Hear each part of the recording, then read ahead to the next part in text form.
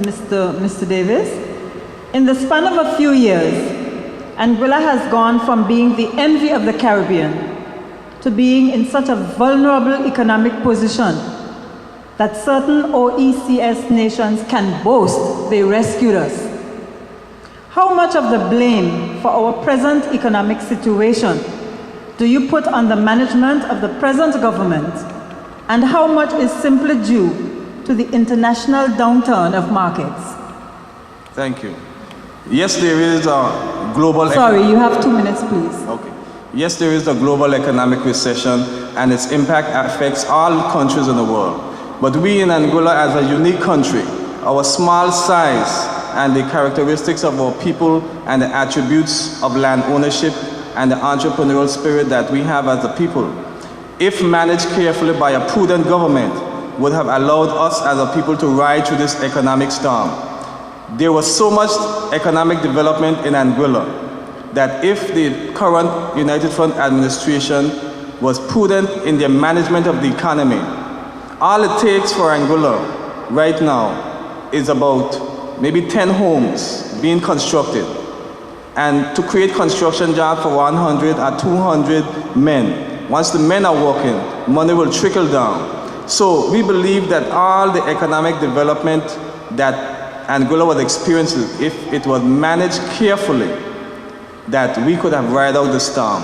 And the second issue is the whole lack of the depletion of our fiscal reserves. This government had focused on salary increases in an era and a time when they were unsustainable, and you find that the high cost of personal emoluments in government expenditure is one of the critical areas that we are suffering from. That is why they consistently need to borrow to pay personal emoluments. So we believe that the whole standard of living, the salaries that this administration increased in the public sector have contributed directly to the deficit in government, and prudent fiscal policy would have reduced the impact of the global recession, because Anguilla was in a position with projects such as Viceroy that could have employed more Anguillians to ride out the storm. Thank you very much, Mr. Davis. Mr. Hughes, it's only fitting that I ask you to respond to the same question.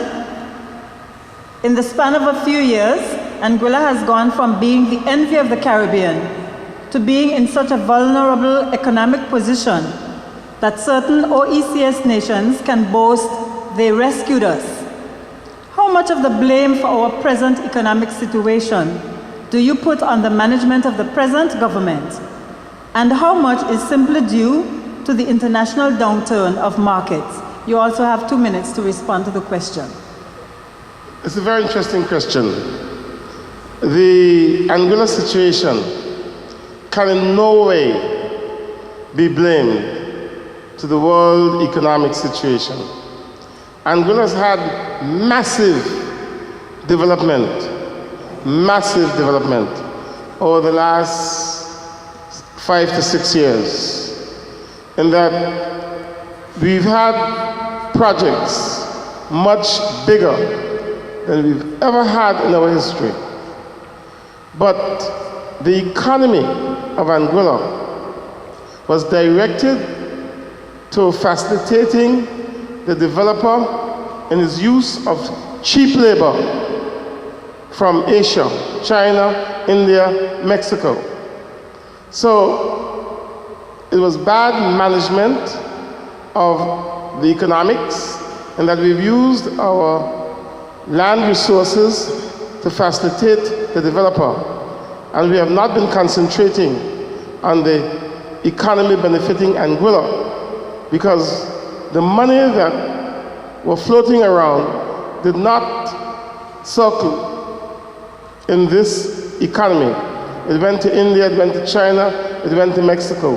When money circulates in the economy, the whole economic situation is enhanced.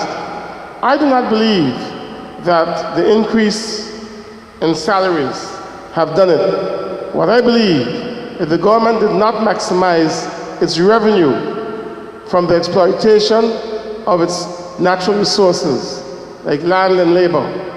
If they had done that, we would have no problem. We would be still the Mecca of the Caribbean. Thank you. I'd like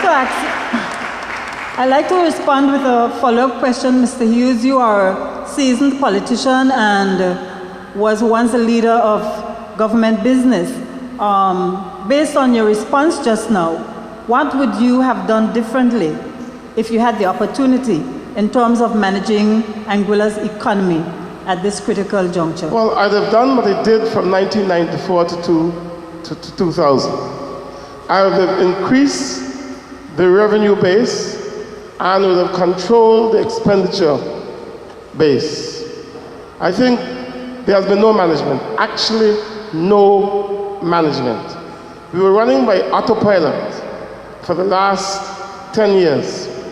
I would have not exhausted so much of my natural resources in terms of prime beach land for real estate that is owned by the expat, by the so-called developer.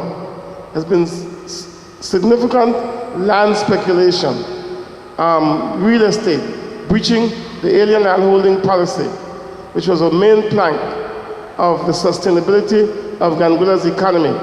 That's exactly what I did. I controlled the development. I did not have overdevelopment. I make sure that every inch of Anguilla's prime territory benefited Anguilla. Thank you very much, Mr. Hughes.